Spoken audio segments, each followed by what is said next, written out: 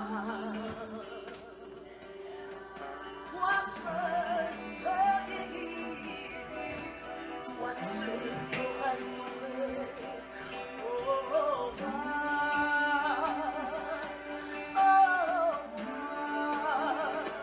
Esprit de Dieu,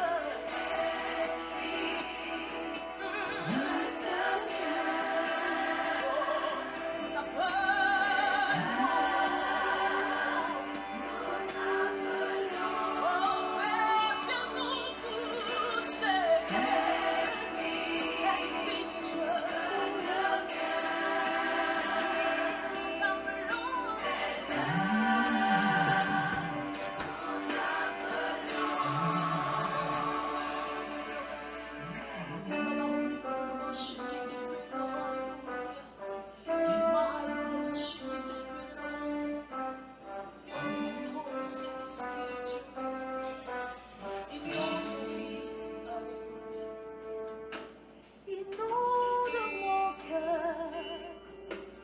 Et Seigneur, il est l'heure de te célébrer, il est l'heure de t'honorer. C'est le moment, Seigneur, nous sommes réunis en ton nom et tu nous as fait la promesse d'être au milieu de nous chaque fois que nous t'invoquons. Nous prions, ô Dieu, que tu te saisisses de ce moment, que tu le remplisses de ta présence, que tu le remplisses de ton esprit, que tu viennes, ô Dieu, nous donner de rentrer dans la révélation de l'héritage qui nous a été légué au travers du Christ. Merci, ô Père, pour cette heure de relâchement, de restauration, cette heure de bénédiction, cette heure de ta faveur, cette heure que tu nous donnes pour pouvoir te louer, te célébrer. Sois loué, Seigneur, sois honoré, sois adoré. Nous t'accueillons au milieu de nous, nous accueillons ta présence, Saint-Esprit de Dieu.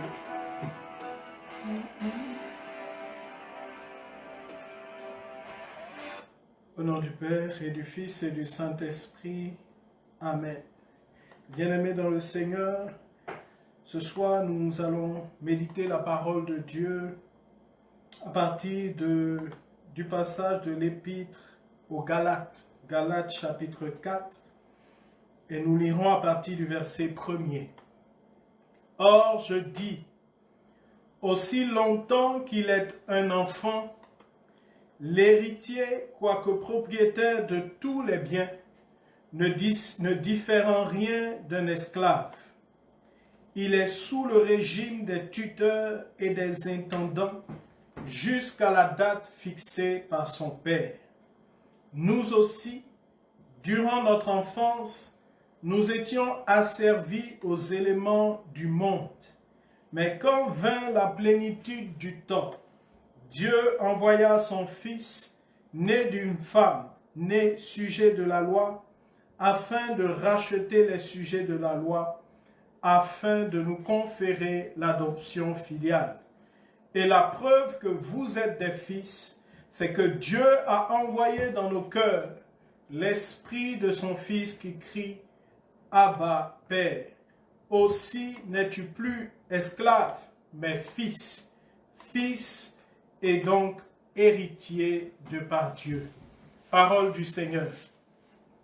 Bien-aimés, nous bénissons le Seigneur pour cette occasion qui nous donne de partager sa parole ce soir. Et ce soir, nous voulons parler de l'héritage du chrétien.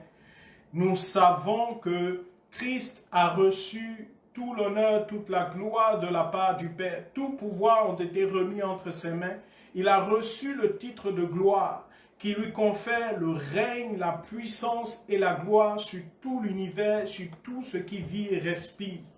Et au travers de la résurrection de Christ, nous sommes devenus héritiers de Dieu, enfants de Dieu, et donc héritiers, comme le dit l'apôtre Paul dans l'Épître aux Romains, co-héritiers avec le Christ. C'est-à-dire que nous avons accès à l'héritage de Christ. Pas un héritage, pas une portion de l'héritage, mais nous sommes héritiers avec lui. C'est-à-dire que nous avons la totalité de l'héritage. C'est une copropriété indivise. Donc nous avons le même héritage que Christ. ce qu'il a reçu du Père, le règne, la puissance et la gloire, nous, avec lui, en tant qu'enfants de Dieu, au travers de Christ, nous avons tous accès au même héritage. Pourtant, lorsque nous regardons nos vies, nous pouvons nous poser la question, est-ce que réellement nous manifestons cet état d'héritier? Est-ce que réellement nous vivons comme des fils de Dieu? Est-ce que réellement nous profitons, nous jouissons de l'héritage qui nous a été conféré par le Seigneur? Et c'est ce que l'apôtre Paul nous dit. Et ce soir, nous allons voir comment est-ce que rentrer en possession de l'héritage, comment est-ce que on peut réellement profiter de l'héritage que nous avons reçu en tant que chrétiens. L'apôtre Paul, dans ce passage de l'Épître aux Galates, nous fait comprendre une distinction. Il dit, oui, nous sommes héritiers de Dieu parce que nous sommes enfants de Dieu. Mais il nous fait comprendre qu'il y a différents états en tant qu'héritier.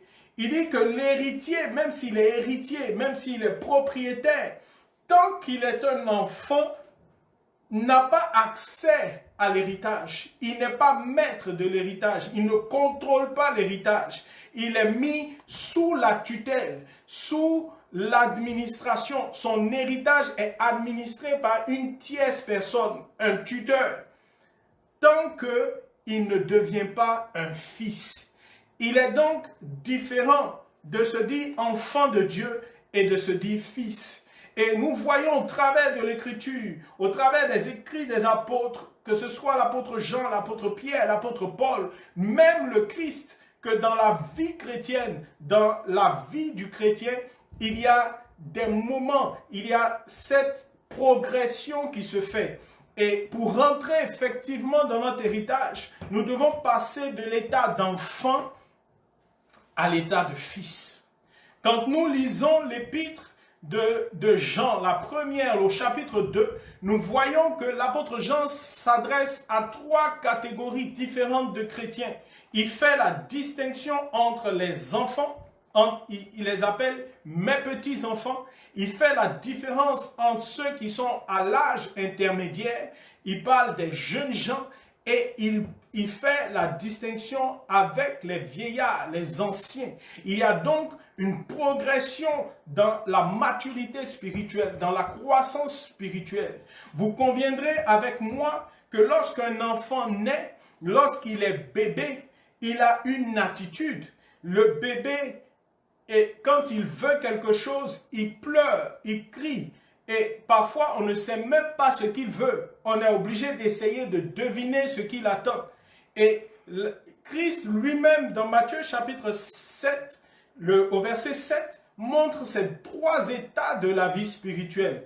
Il dit, demandez et vous recevrez. Quand on est bébé, il suffit de crier. Quand on est bébé, il suffit de pleurer. Quand on est bébé, il suffit d'attirer l'attention des parents pour recevoir quelque chose. Mais vous conviendrez avec moi que si vous avez votre enfant qui est bébé et qu'à un moment donné, à 10 ans, à 15 ans, il continue à se comporter comme un bébé, c'est-à-dire que lorsqu'il veut quelque chose, lorsqu'il veut obtenir quelque chose, il se met à pleurer, vous êtes d'accord avec moi que vous n'allez plus le considérer. Il y a certaines choses que vous n'allez pas tolérer. Il y a certaines choses auxquelles vous n'allez pas lui donner accès parce que vous estimez que, rendu à cet âge, il est capable lui-même de pouvoir se servir. Il est capable lui-même de se rendre au robinet pour ouvrir, pour obtenir de l'eau. Il est capable d'ouvrir le réfrigérateur pour se servir de quelque chose et que vous ne pouvez pas lui donner. C'est pourquoi Christ dit, demandez, vous recevrez. Ensuite, cherchez, vous trouverez. Il y a un autre âge, celui de la jeunesse spirituelle, où maintenant vous devez vous-même chercher, vous devez vous-même vous mettre en mouvement pour obtenir un certain nombre de choses. Et il finit par dire, frappez et l'on vous ouvrira. Donc l'âge où on commande, l'âge où on exerce la pleine autorité, la plénitude de l'autorité, du pouvoir que nous avons reçu de Christ. Et il est important pour nous que nous puissions saisir à quelle étape de notre vie spirituelle nous nous trouvons. Est-ce que nous sommes un enfant? Bien vrai que l'héritage soit disponible, L'héritage est disponible parce que l'œuvre de Christ à la croix a été accomplie de façon parfaite. À la croix, il a dit tout est accompli. Christ a achevé l'œuvre qui lui avait été confiée par le Père. La mort ne l'a pas retenu. Le troisième jour, il est ressuscité. Avec lui, nous ressuscitons. Avec lui, nous régnerons puisqu'il a été glorifié. Il a été établi à la droite de la majesté céleste. Mais comment est-ce que nous pouvons avoir accès à cet héritage? Et notre présence sur la terre, notre vie chrétienne ici-bas, consiste donc à rentrer dans cet héritage. Et c'est là le cheminement qu'on retrouve au travers de chaque épître de l'apôtre Paul. Il dit, il faut que vous puissiez parvenir à la stature parfaite de Christ, que vous soyez changés de gloire en gloire jusqu'à parvenir à l'image parfaite de Christ. Dieu veut pour nous que nous soyons semblables à Christ. Il veut voir plusieurs Christ. Et c'est là que nous portons le titre, le nom de chrétien. Chrétien, ça veut dire autre Christ. Ça veut dire imitateur de Christ, celui qui marche comme Christ. Mais lorsque nous faisons un examen de conscience individuelle, personnelle, est-ce que réellement aujourd'hui, à l'heure où nous sommes, est-ce que nous sommes en train de manifester le Christ? Est-ce que réellement nous sommes ces fils qui sont en mesure d'être véritablement les détenteurs, les possesseurs et de pouvoir administrer nous-mêmes l'héritage qui nous a été confié?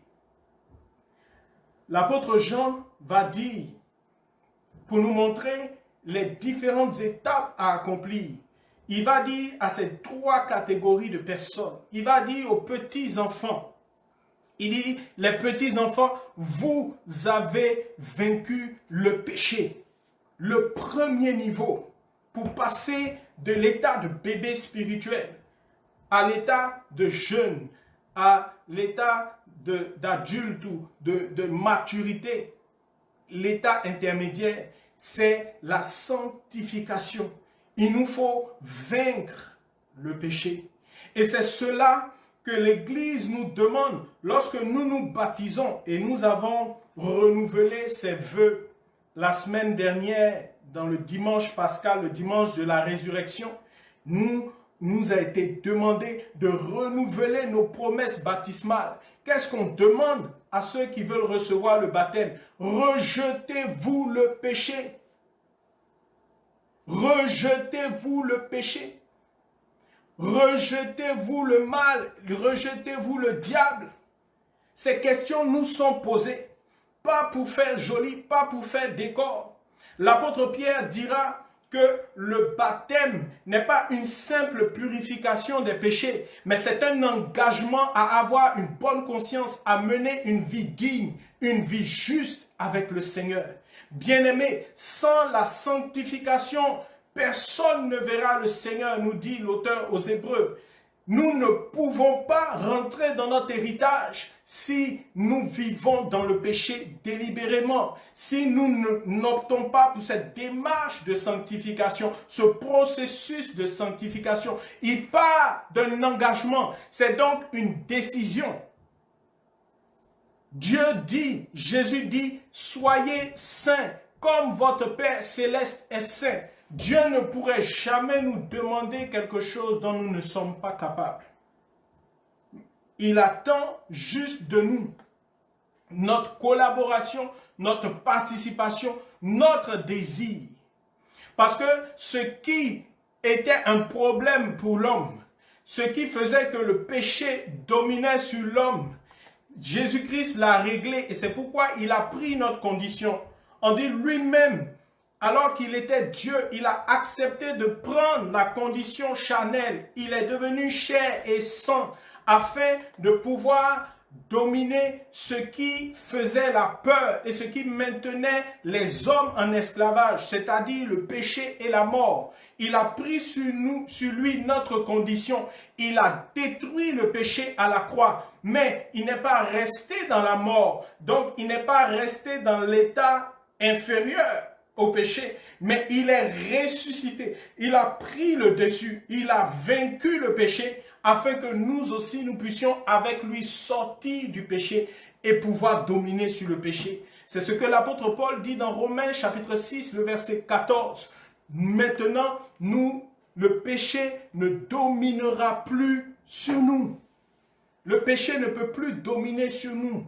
Cette inclination au mal n'a plus le contrôle. Désormais, Dieu nous a donné de pouvoir prendre le dessus. Il faut juste que nous le désirions. Il dit, soyez saints. Ça part d'une volonté. Ce n'est pas une activité, ce n'est pas quelque chose de passif. On ne s'assoit pas pour recevoir la domination sur le péché. On met en œuvre notre sanctification. Il dit recherchez la sanctification, désirez la sanctification, engagez. Le baptême est un engagement, une décision que je prends. La métanoïa, le mot grec qui parle de la conversion, c'est un changement de direction. C'est une décision intérieure pour dire je ne marche plus dans la direction du mal, je décide de marcher dans la direction du bien.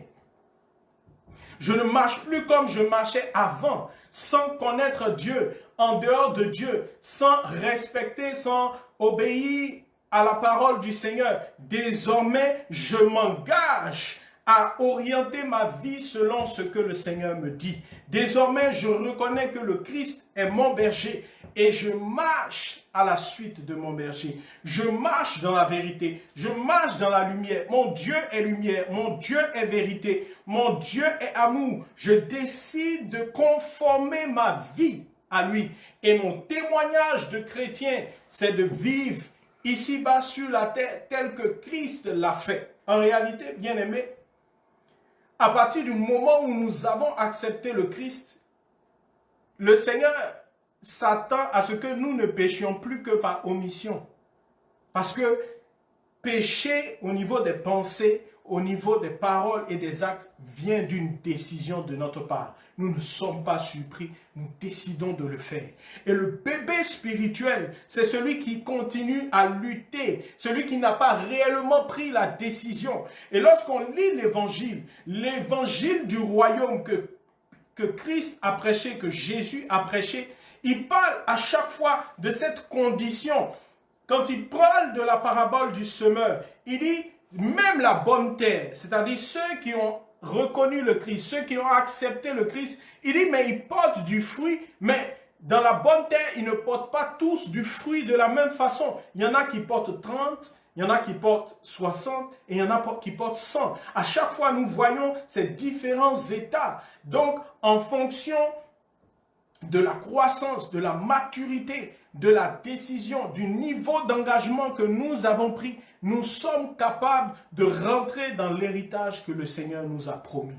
Et la première étape pour quitter l'étape de bébé spirituel, ce que l'apôtre Paul dit, il dit il faut que nous quittions l'état où nous consommons le lait. Il dit je voulais vous donner de la nourriture solide, mais vous en êtes encore à l'état de ne pouvoir accueillir que le lait. Imaginez-vous, vous avez votre enfant que vous avez nourri au lait. Il a 1 an, 2 ans, 10 ans, 15 ans et il continue à vouloir prendre du lait. Vous allez, en tant que parent, vous allez avoir un problème.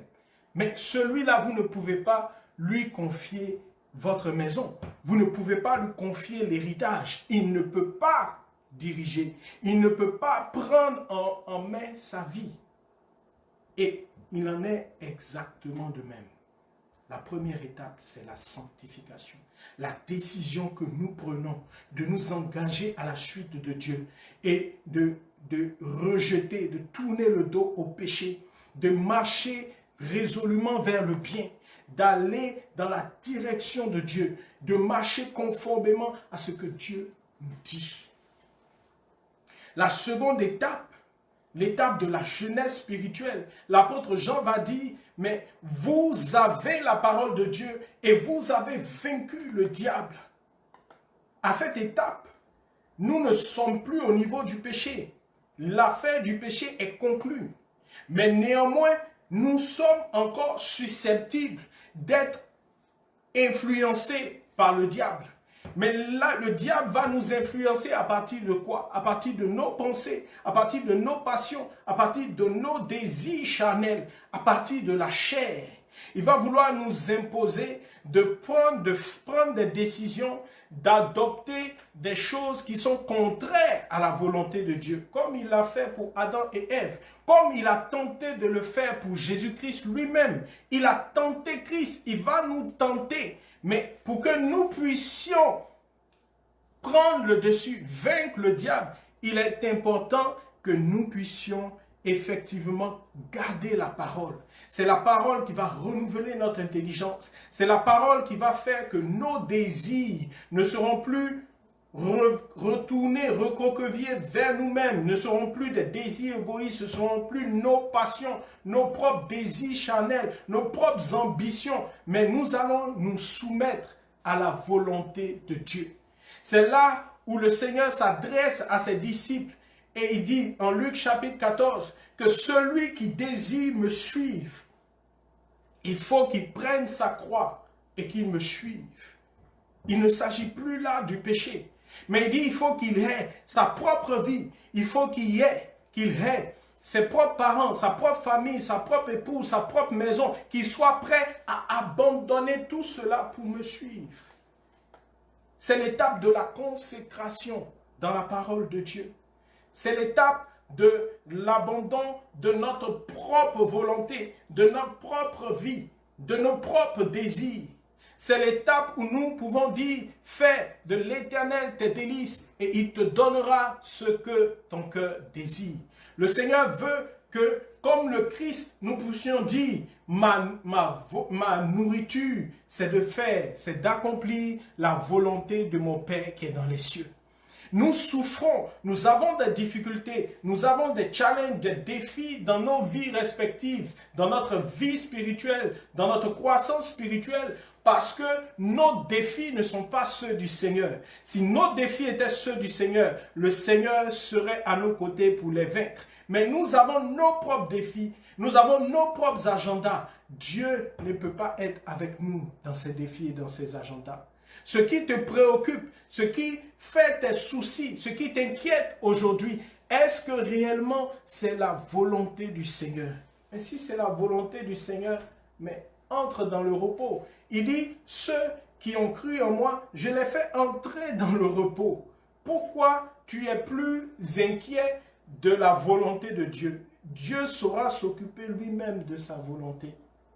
Mais est-ce que réellement ce n'est pas ta propre volonté? Est-ce que en devenant chrétien, ce n'est pas ton propre intérêt que tu recherches? Est-ce que en devenant chrétien, tu ne te dis pas, je suis chrétien juste pour avoir accès au paradis, à la vie éternelle. Mais il y a un témoignage que tu dois rendre. Il y a quelque chose que tu dois accomplir. Il y a une raison pour laquelle Dieu t'a appelé, t'a mis à part, t'a consacré. Mais est-ce que tu es décidé à accepter de rentrer résolument dans ce que Dieu a prévu pour toi? C'est cela qui va te permettre de rentrer dans l'héritage. Et l'apôtre Jean dit que cela doit se faire au travers de la parole de Dieu.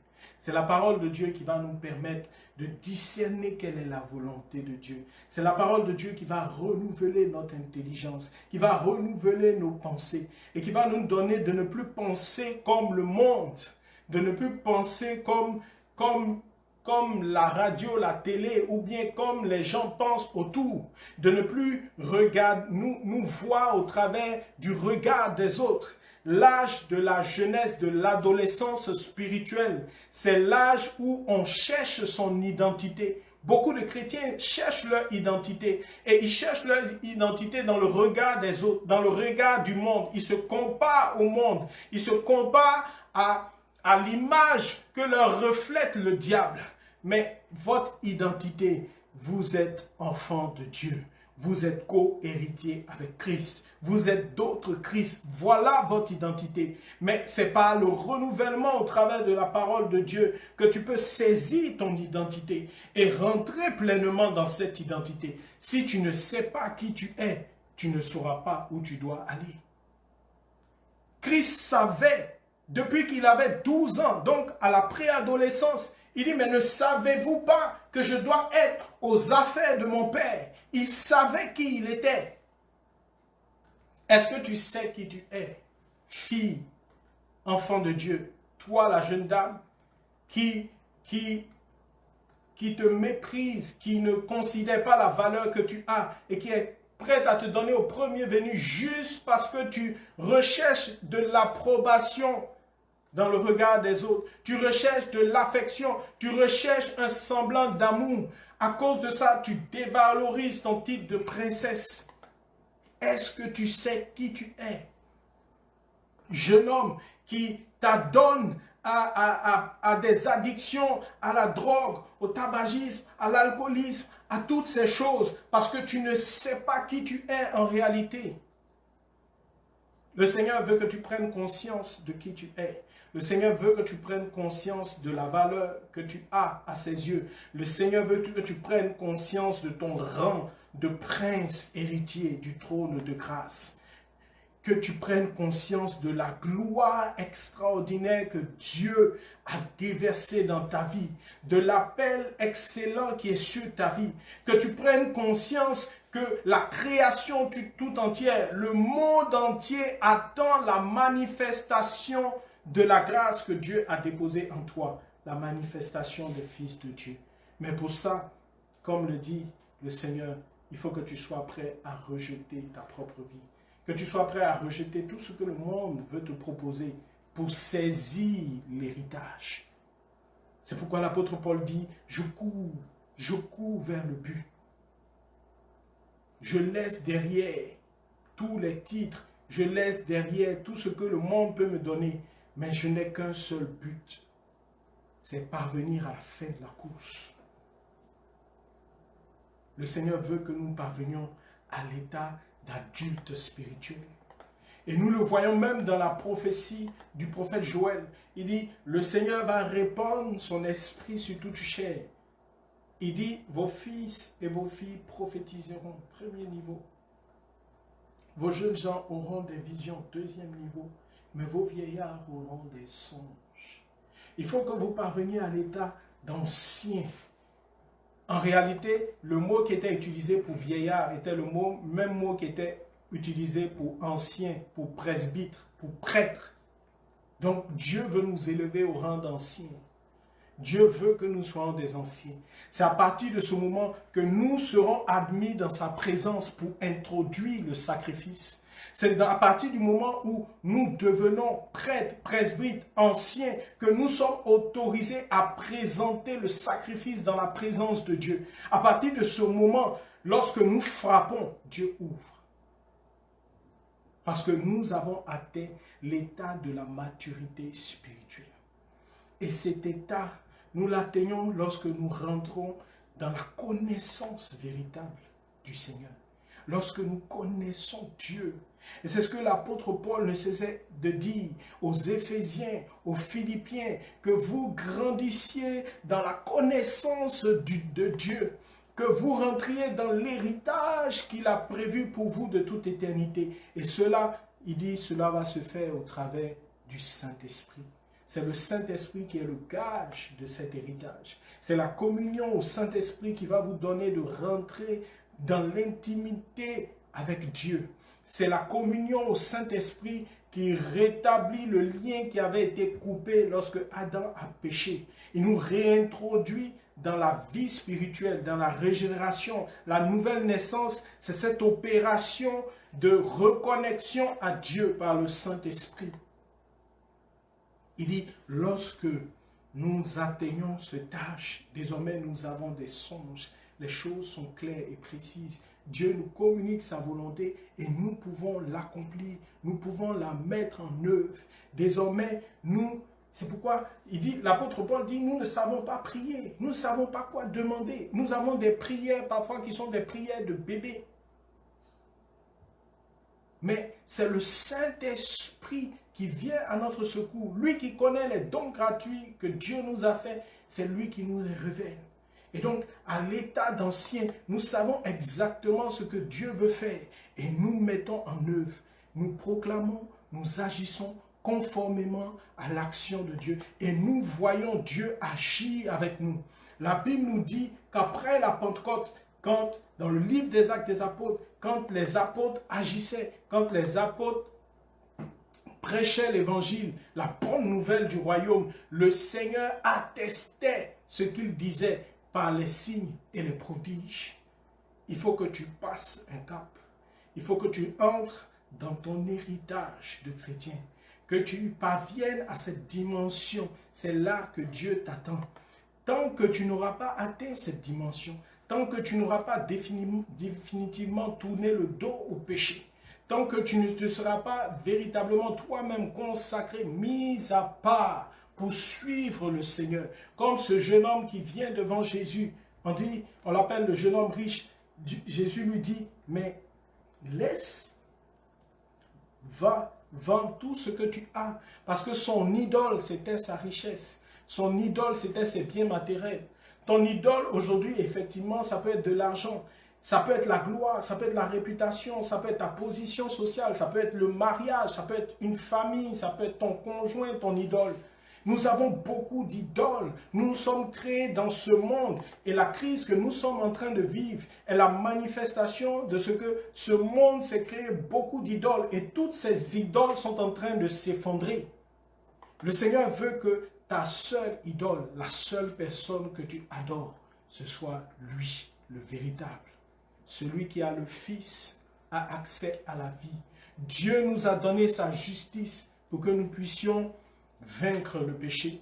Dieu nous a donné sa vie pour que nous puissions vaincre le diable, vivre de lui. Dieu nous a donné son esprit pour que nous puissions agir à sa ressemblance, pour que nous puissions être d'autres Christ. Bien-aimé, le Seigneur veut que tu passes à une autre étape. Je ne sais pas là où tu te trouves aujourd'hui. Peut-être que comme le dit la parabole du semeur, tu en es encore sur le chemin. À cette étape, tu n'entends même pas la parole de Dieu. Tu ne l'accueilles même pas parce que tu es encore dans le péché et sous la domination du diable. Il peut voler la parole de Dieu dans ton cœur. À quelle étape te situes-tu? Peut-être que tu en es encore à l'étape où tu ne sais pas qui tu es et tu es inquiet.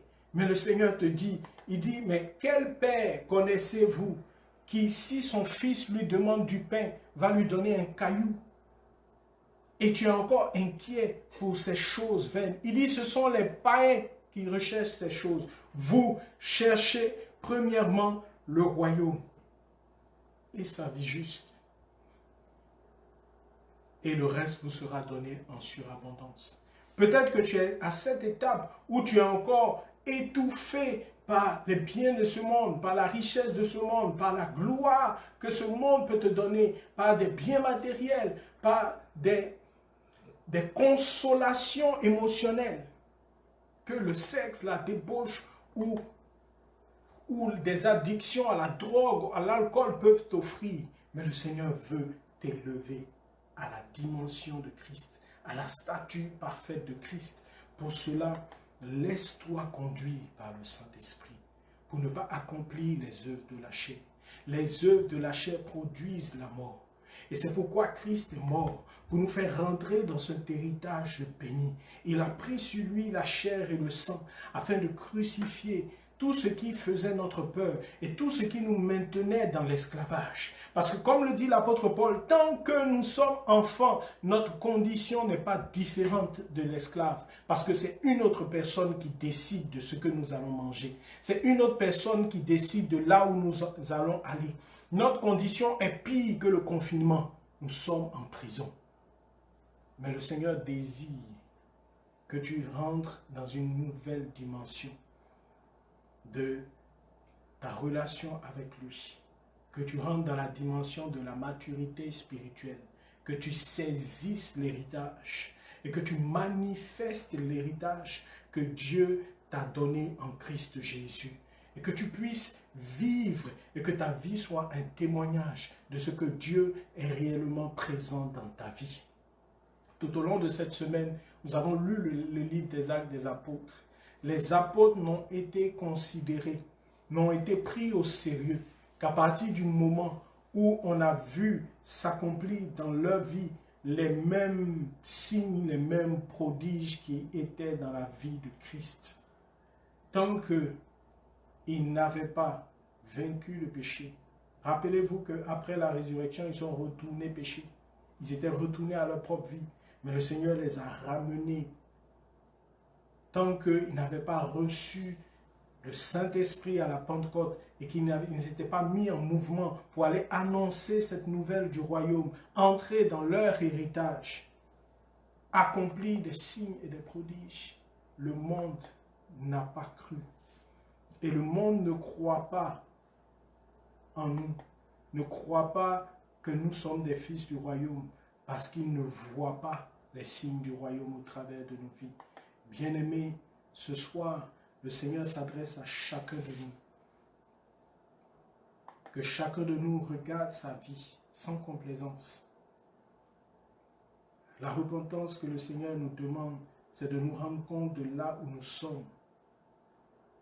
Et de nous rendre compte que nous n'avons pas réellement pris la décision de suivre le Seigneur. Et si ce soir tu réalises qu'en réalité, ce que tu vis, c'est peut-être de la religion, c'est peut-être autre chose, mais que tu n'es pas réellement engagé à vivre une vie de sainteté, de sanctification à la suite du Seigneur,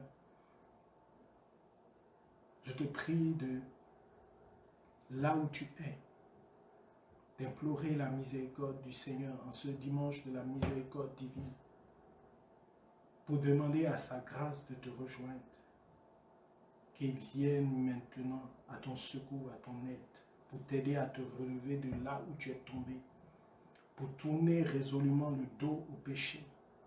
Et c'est à cette vie vaine qui ne produit aucun fruit bon, pour décider, pour t'engager à suivre résolument le Seigneur.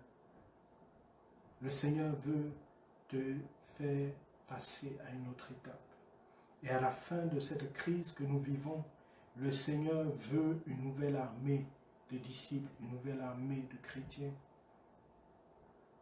Le Seigneur veut te faire quitter l'esclavage dans lequel tu es.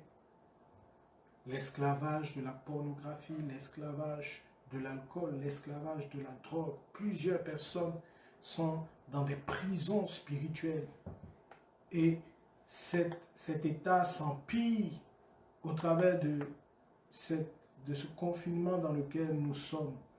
Mais le Seigneur désire te libérer ce soir, pour peu que tu prennes la décision, pour peu que réellement tu désires quitter cette prison. Je veux prier pour toi. Alors toutes ces personnes qui sont sous l'esclavage de la pornographie, de la débauche sexuelle, de l'alcool, de la drogue, toute forme d'addiction. Père, je prie maintenant, par l'autorité que tu m'as conférée en Christ Jésus. Père, je casse l'influence du diable sur leur vie. Par l'autorité que tu m'as donnée en Christ Jésus, tout pouvoir, Père, je chasse toute présence ennemie dans leur vie.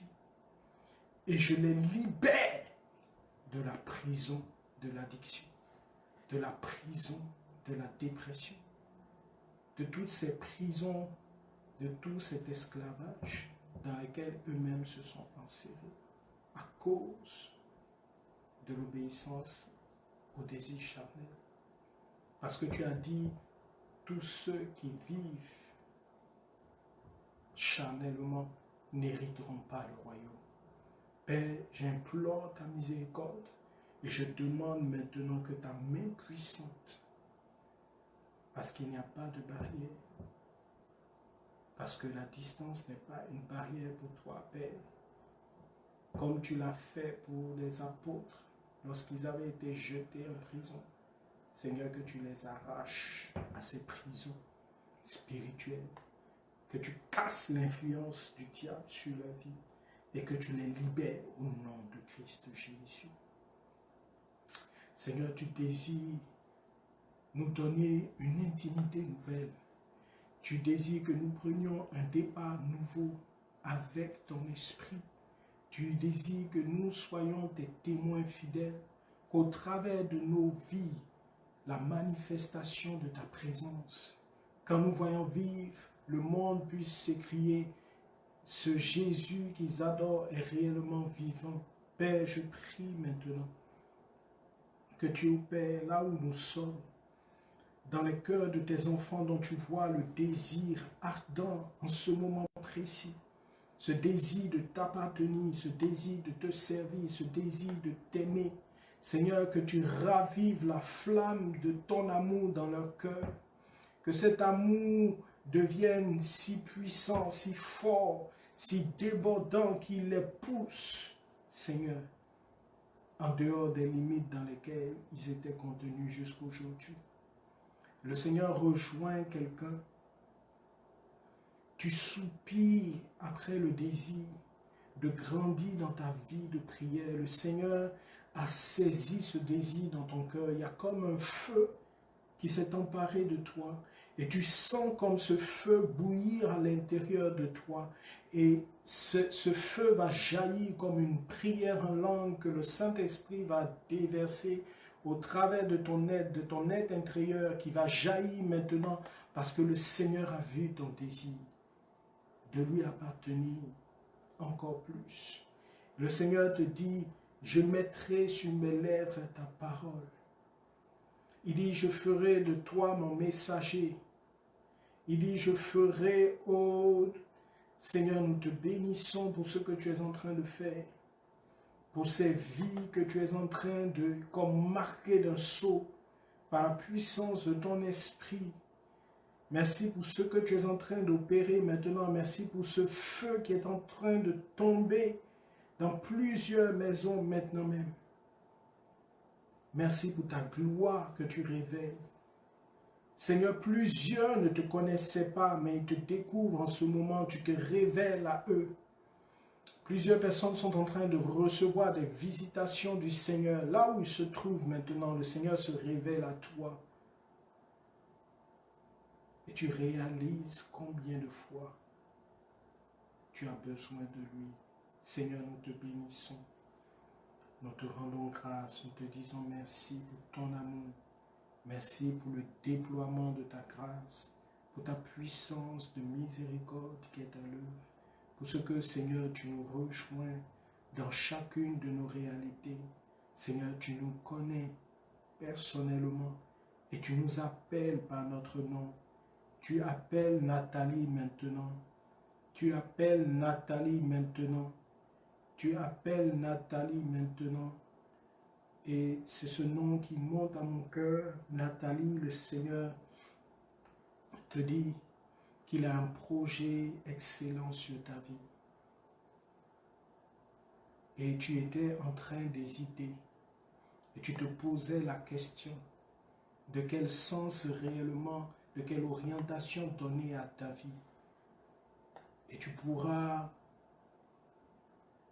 parce que le Seigneur vient de te rejoindre, tu pourras en discuter avec ton accompagnateur spirituel. Tu sais vers quelle vie de consécration le Seigneur désire t'orienter. Tu as demandé une réponse et c'est pourquoi le Seigneur te montre ce soir qu'il te connaît et qu'il t'appelle par ton nom pour que tu lui donnes ta vie. Pour qu'au travers de ta vie, que tu lui offres, que tu lui consacres, qu'il puisse racheter d'autres vies, qu'il puisse transformer notre vie. Seigneur, nous te bénissons et nous t'adorons. Nous te glorifions et nous te rendons grâce. Seigneur, tu veux faire de chacun de nous ton fils, ta fille. Tu veux faire de nous des héritiers avec Christ. Merci de nous révéler. Et le Seigneur va communiquer à plusieurs personnes au long de cette nuit des songes vrais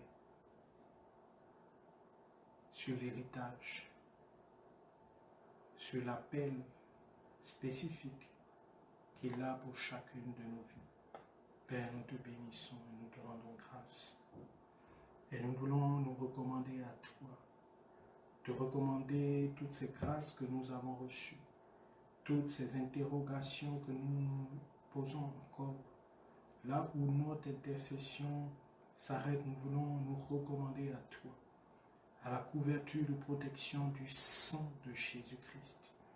Père, que tu nous encercles et que tu entoures nos vies par le sang de Jésus-Christ. Père, nous voulons invoquer le feu de ton esprit pour consumer tout ce qui ne te confesse pas dans nos vies. Nous voulons invoquer le ministère de tes saints anges qui campent autour de nous, qui nous arrachent à tout danger et qui nous aident à marcher, ô Seigneur, sur le chemin de la manifestation de ta gloire sur notre vie. Nous voulons te le demander par les mains de Marie, Mère du divin amour, par son intercession. Je vous salue Marie, pleine de grâce. Le Seigneur est avec vous. Vous êtes bénie entre toutes les femmes, et Jésus, le fruit de vos entrailles, est béni. Sainte Marie, Mère de Dieu, priez pour nous pauvres pécheurs, maintenant et à l'heure de notre mort. Amen. Que la gloire soit rendue au Père, et au Fils, et au Saint-Esprit, comme il était au commencement, maintenant et toujours, dans les siècles des siècles. Amen. Nous bénissons le Seigneur, que Dieu nous garde dans sa paix, que nous puissions bénéficier des trésors de sa miséricorde, qu'il demeure avec nous et qu'il nous conduise dans la plénitude de notre héritage, au nom du Père et du Fils et du Saint-Esprit. Amen.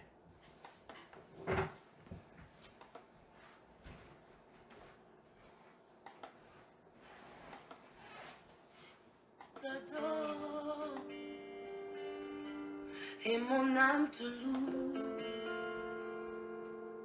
car nul n'est comme toi. C'est un chant nouveau qui monte dans mon cœur, un cantique d'amour pour mon seul sauveur. Il m'a pris de loin, il m'a lavé, il m'a racheté et placé à ses côtés. Je n'ai plus peur de rien, je ne crains plus rien, car le bon berger est de mon côté. Même les ténèbres n'ont plus aucun pouvoir sur moi, car la clé de l'amour, c'est mon maître qui la tient. Quand il me tient la main, nous fonçons droit dans l'armée de l'ennemi. Et le grand Goliath se retrouve par terre. Lui seul me suffit,